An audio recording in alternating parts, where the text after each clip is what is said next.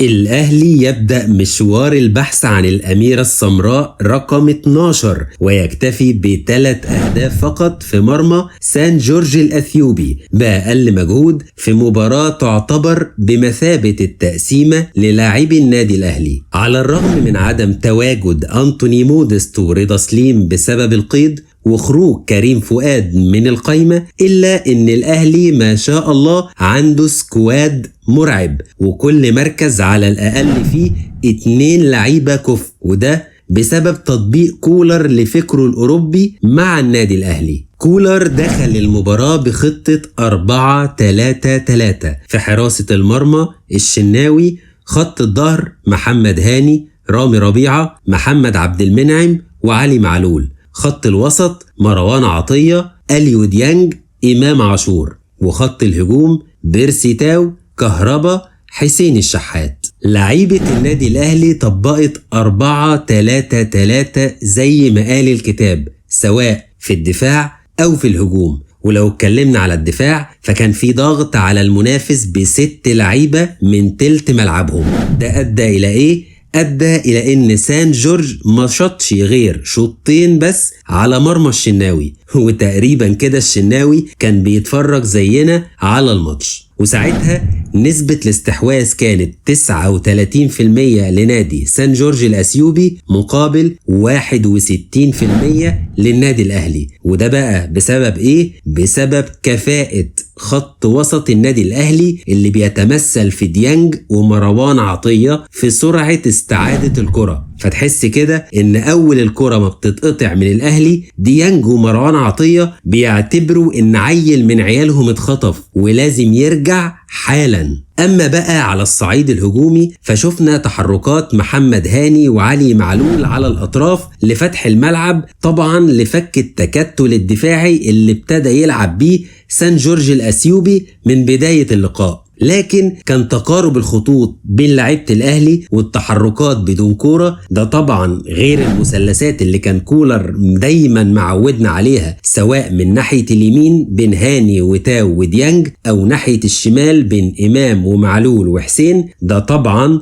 غير كهربا اللي لما بيربط معاهم الدنيا بتتحسن أكتر. كل اللي أنا بقوله لك ده خلى لعيبة سان جورج الأثيوبي لا حول لهم ولا قوة. وعلشان المباراة دي كانت وان سايد جيم، تعال بقى نتكلم عن كام لعيب كده كانوا مؤثرين جدا في الماتش ده. اولهم امام عاشور، واللي كان شغال عزف سيمفونيات وبيطبق فكر مارسيل كولر بالمسطرة كلاعب رقم 8 زي ما قال الكتاب، بيساعد في بناء الهجمات، ولما الكورة بتبقى في نص ملعب المنافس ما شاء الله عنده خيارات عظيمة. اولا يعمل لك احلى اسيست زي ما حصل في الهدف الاول لحسين الشحات.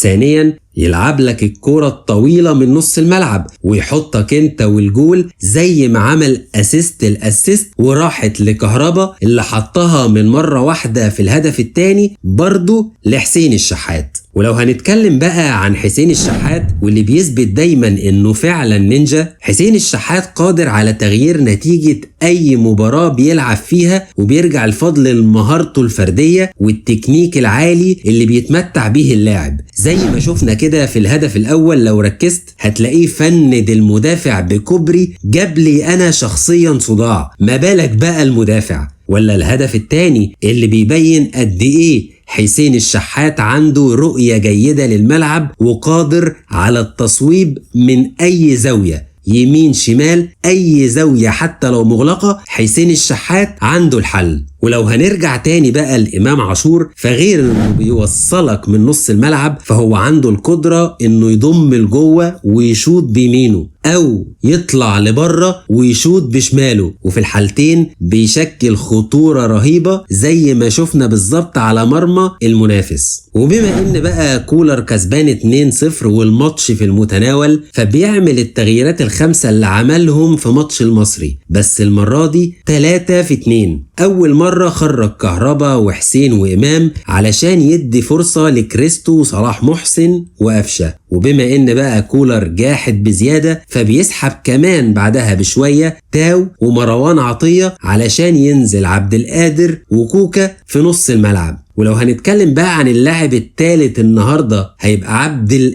عبد القادر اللي شفنا تحسن ملحوظ جدا في ادائه، على الرغم ان كولر بيلعب وينج يمين مش وينج شمال زي ما هو متعود. بس لو بصيت هتلاقي عبد القادر بقى بيلعب السهل وبيلعب للفريق زي ما شفنا في ماتش المصري، مش بيلعب لنفسه. لو ركزت في ماتش المصري هتلاقيه عمل اسيست عالمي لكريم فؤاد، وفي طبعا في ماتش سان جورج استغل مهارته في الترقيص في المساحات الضيقة وأحرز الهدف الثالث للنادي الأهلي. الخلاصة إن كولر عنده سكواد مرعب وخالق روح المنافسة الشريفة بين اللعيبة، واللي مخليه كل واحد يطلع أفضل ما عنده لمصلحة الفرقة. وهنا بقى كولر بيوصل رسالة شديدة اللهجة لكل فرق أفريقيا سواء في دوري الأبطال أو السوبر ليج، إن الأهلي عنده كل الحلول للفوز بأي مباراة، سواء الفرقة كانت قصادك بتلعب جيم مفتوح أو حتى جيم مقفول، فهنا حلول وهنا حلول.